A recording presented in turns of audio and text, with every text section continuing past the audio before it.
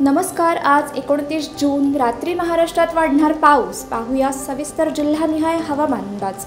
सध्या 3 कमी दाबाचे क्षेत्र प्रामुख्याने बंगालच्या उपसागरात, अरबी समुद्रात आणि उत्तर पश्चिम भारतात सक्रिय आहे।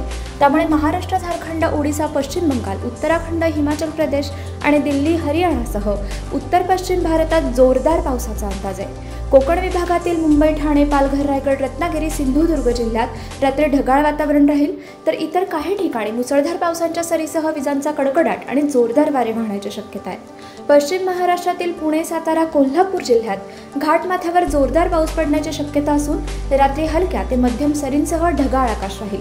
पुणे आणि साताऱ्यासाठी काही भागात जोरदार पावसाचा इशारा जारी करण्यात आलाय, तर कोल्हापुरात मध्यम पावसाचा अलर्ट घोषित आहे। उत्तर महाराष्ट्रातील नाशिक, धुळे, नंदुरबार आणि जळगाव जिल्ह्यात रात्री तुरळक ठिकाणी हलका ते मध्यम पाऊस पडेल।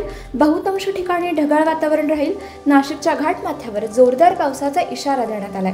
मराठवाड्यातील छत्रपती संभाजीनगर, जालना, बीड, लातूर, धाराशिव जिल्ह्यात तुरळक ठिकाणी हलका पाऊस अपेक्षित आहे। आकाश अंशतः ढगाळ राहील।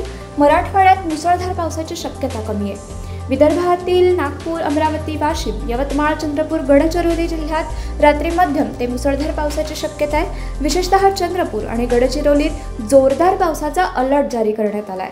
विदर्भातील आणि जिल्ह्यांमध्ये विजांचा कडकडाट आणि वादळी वारे अपेक्षित आहेत। अधिक माहितीसाठी भारतीय हवामान विभागाच्या संकेतस्थळाला भेट द्या। धन्यवाद।